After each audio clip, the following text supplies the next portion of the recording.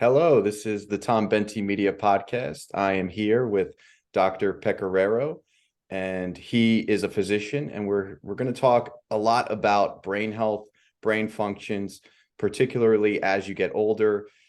Sometimes we see cognitive decline. And what I'm really interested in talking with the doctor today is about how we can achieve optimal brain function and brain health for creativity. Because if you're a writer, if you're an actor, if you're a director, or if you're communicating, oftentimes you need really good brain function to perform well and to create content and to just be a great writer and a great artist. So I'm really interested to learn for myself things that I could do to achieve that now as I'm getting older, and what we can do to maybe there's foods we can eat, maybe there's exercises we can do. I'm not exactly sure, but I'd love to talk to the doctor about that. So, doctor, thank you so much for joining us today, and welcome to the podcast.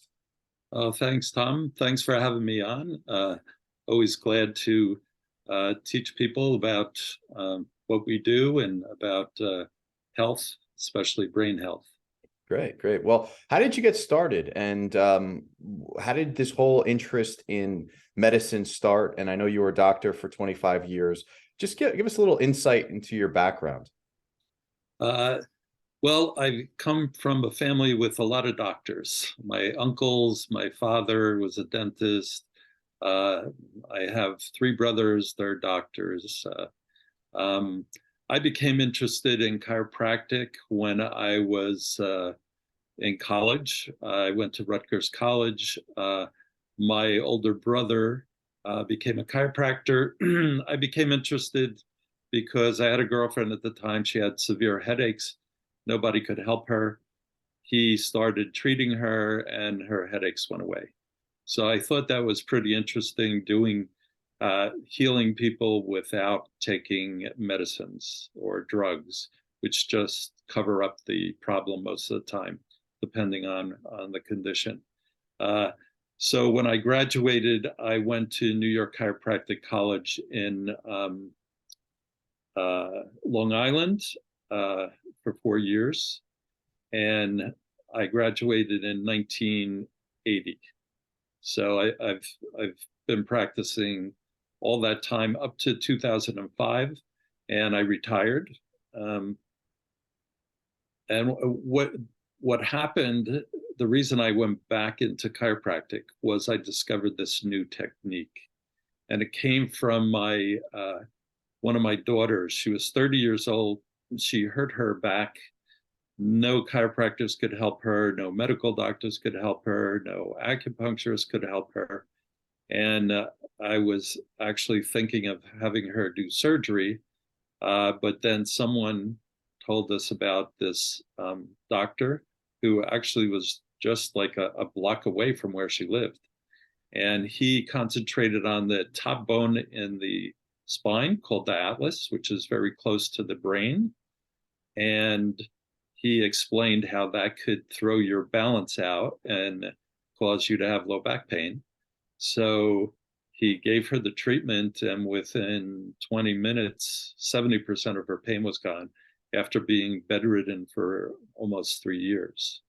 So I decided at that time, that was about 6, 7 years ago, I was very impressed with that. And I started sending people from New Jersey down to Florida, where he was, and people were getting amazing results. So I decided to come out of retirement. I got trained in the technique, and then he decided to do franchising, and I opened the first franchise in the United States. And that was in Seagirt, New Jersey, where I'm practicing now. So I'm in practice with this technique for about a year. Wow, what can you tell us a little bit about the actual technique?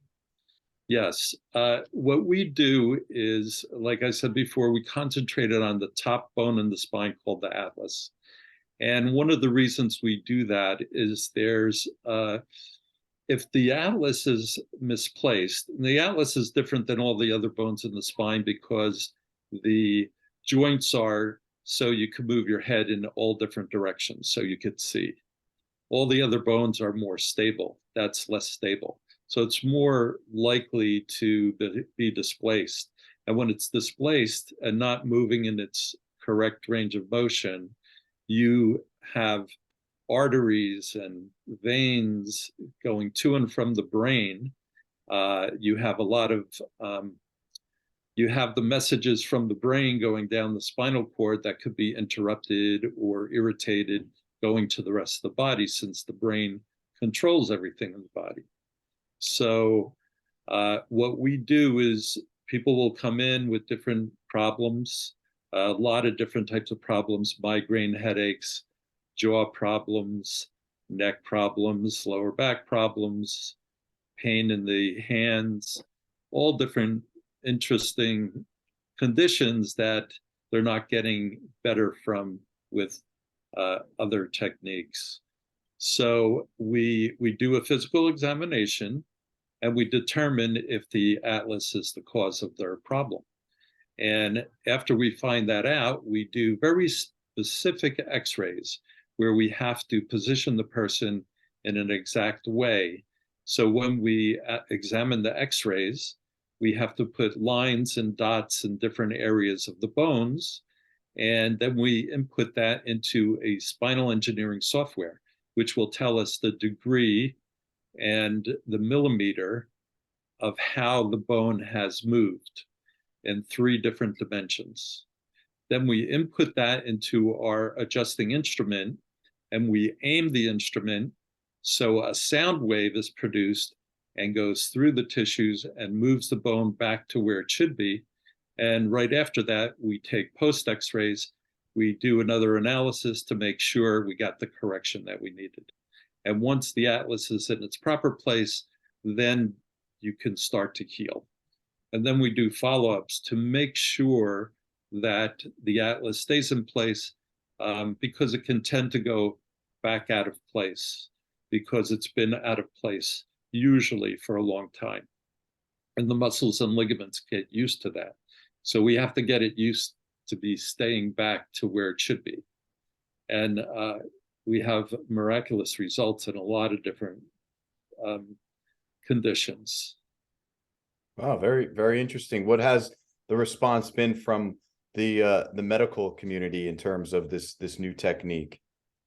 It depends on the individual. It's a very new technique. It's only been around for like 7, 8 years. So I learned it in the very beginning. So, but from the patients and a lot of different organizations, it's gotten really good feedback, because a lot of they would send patients and they would get amazing results. All different types of results. I mean, I get patients every week with problems in their jaw, TMJ problems, where they haven't been able to get relief from any type of doctor. And it's all coming because the atlas bone is displaced and it's irritating the nerves that go to the jaw muscles. And once it's back in place, then that irritation is gone and the muscles relax and the person doesn't have the problem anymore. People with migraines, low back pain, very, very interesting neurological problems where people haven't been helped in other ways. We've been able to help people. Very cool. Now, we were talking before we started about brain function and brain health. Is the spine related? I know you said with migraines, but in terms of functionality and being really focused, does the spine relate to brain function in that way? Yes, specifically the atlas bone, because the atlas bone is in an area where the spinal cord and the brain stem meet. So if that is out of whack, it's going to cause problems in the brain, and also from the brain down and from the neck up to the brain. And the reason is there are some arteries that go through the neck bones, and they make a 90, after it goes through the atlas bone, they make a 90-degree angle, and then they go up into the brain and cause it's one of the major blood supplies to the brain. Also, on the side of the neck, there is the internal jugular vein, which it takes the blood that's used up and it drains it, brings it back to the heart and lungs to get more oxygen. And you have the internal carotid artery, which goes up into the brain. So that if the blood flow up to the brain is impeded in any way, it can cause the brain not to be functioning the way it should be. Another aspect is if the atlas bone is twisted in some way, there is actually a thing called the cerebral spinal fluid. And it's a fluid that brings nutrients to the spinal cord in the brain, and then it takes waste products away from the brain and gets rid of them. So if the atlas is displaced, it kind of interrupts that flow. The flow is not as good as it should be. So you could have backup of metabolic waste products from the brain, which can affect the brain, or you can not get enough nutrients that the brain is supposed to get. So we do see some conditions like that a lot in our practice. So it's mostly focused on the spine and how the spine relates to the brain. Are there any other tips you could provide in terms of brain function and making sure that we're really focused in our work as creatives? What are some things that we can do as we get older to really make sure that our brain is functioning properly and we're working at an optimal level? One of the things is exercise. I mean, the more you exercise, the more you're going to get that blood flow to the brain. And the blood flow is a very, very important aspect. If it's impeded in any way, either due to the atlas being out or just lack of exercise, then your brain is not going to function as well. You're not going to have the mental acuity that you should have. Nutrition is very important, getting the proper nutrition. A lot of omega-3 fatty acids are very important for the brain to be functioning properly. So either taking it as a supplement, but also eating like fish, fatty fish, things like that will help a lot also. And just actually using the brain, like some people, they get lazy and they don't read, they don't try to think of things. That using the brain is a very important thing, because that also will bring blood to the area. In our practice, we see a lot of people who come in and they say they have brain fog. They don't know what's wrong. I had one patient, she was 82 years old. She came in and she was complaining because she had this brain fog that stopped her from reading. She loved to read. She was in a book club, so they would read together. And she said she wasn't able to focus. So we found out that her atlas was out of place. We did a workup on her. We put the atlas back to where it should be. And then the blood flow started going better. And she was able to start reading again and go back to her book club. So it was a very interesting case. Also taught her about using the omega-3 fatty acids for the brain. And since she loves to read, she was exercising her brain all the time. So, and she was doing exercise. Now, when you say exercise, do you mean like cardio? Does it have to be a rigorous exercise? Do you mean just maybe taking a walk? What do you recommend? Well, it depends on the person's age, but the elderly people, just walking and moving around is good enough. The mistake a lot of elderly people make is going too hard with the exercise. and then they have problem with the joints, or uh, their body is not up to doing too vigorous an exercise. So, and of course, it depends on the person besides the age and how good a shape they are, or their musculature, things like that. So, even just taking walks, long walks, is really good and it exercise, and you get the blood flowing. Um, doing light weightlifting for elderly people is very good to keep the muscles strong. And some elderly people have problems with osteoporosis, where the bones get more brittle, and the more stress you put on the bones and the muscles, the more that is preventative. So if you're younger, then you can do all kinds of exercise, just to the extent that you can take it, you're not overdoing it. Gotcha. And you talked a lot about the atlas bone and it becoming out of alignment. What are some things that can cause that to become out of whack? And is it something that you're going to automatically like know based on pain? It doesn't sound like it. It sounds like it's more surrounding symptoms that are going to become apparent as opposed to like a sharp pain. But how does that work? Yeah, it could a lot of different ways. If you have like a car accident or a fall and hit your head, or some kind of trauma like that, it will throw your atlas bone out. But if that happens, your body tends to try to compensate for that and try to protect it and try to heal it. It won't move the bone back in place, but it tries to do what it can for the tissues. The problem is it can only do so much. So we have people who were in car accidents 10 years ago, 20 years ago, 30 years ago, and then they don't get symptoms until like 30, 40 years later. Wow. So Wow. yeah, it's just that took that much time for the body not to be able to handle it anymore, and for the tissues to degenerate.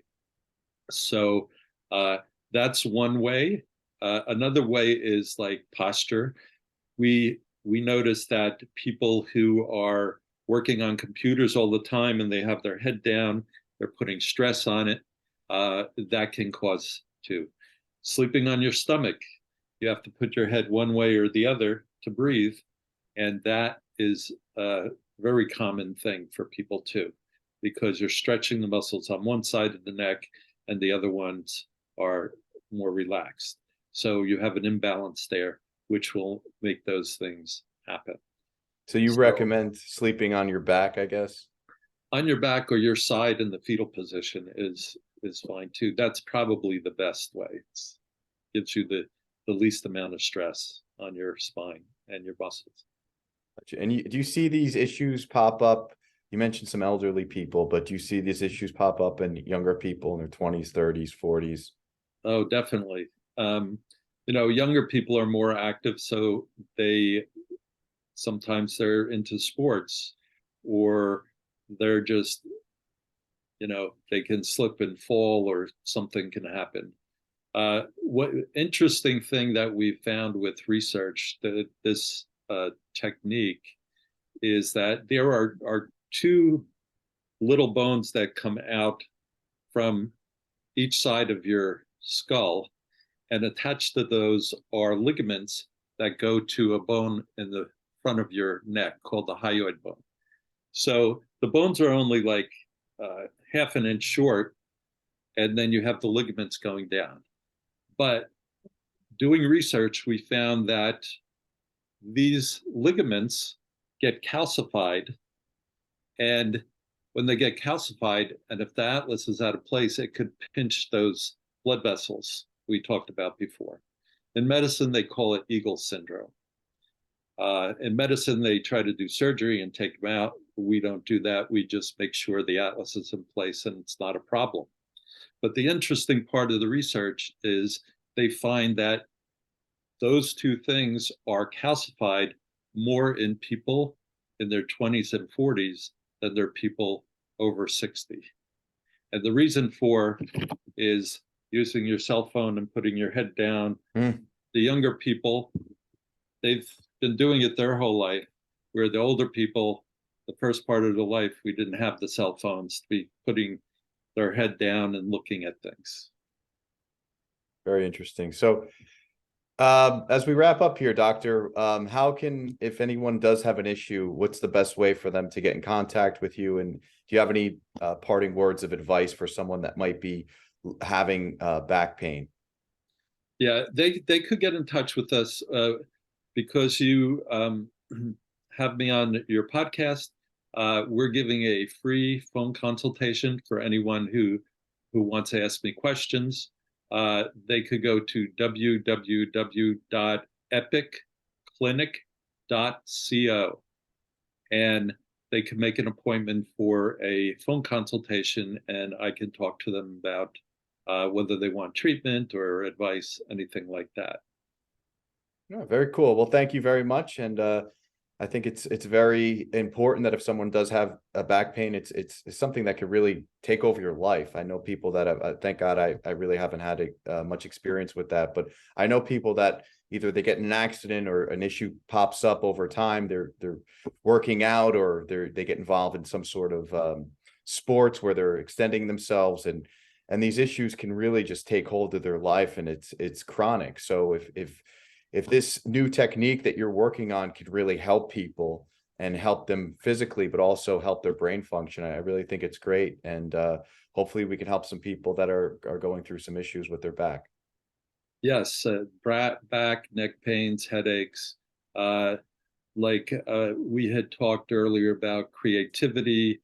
If the brain's functioning to its optimum, it's much easier to do things, to think, to create. So it's very important for you to have good brain health, because the brain is the control center. Definitely. Well, thank you very much. I appreciate the talk. Okay, thanks for having me on.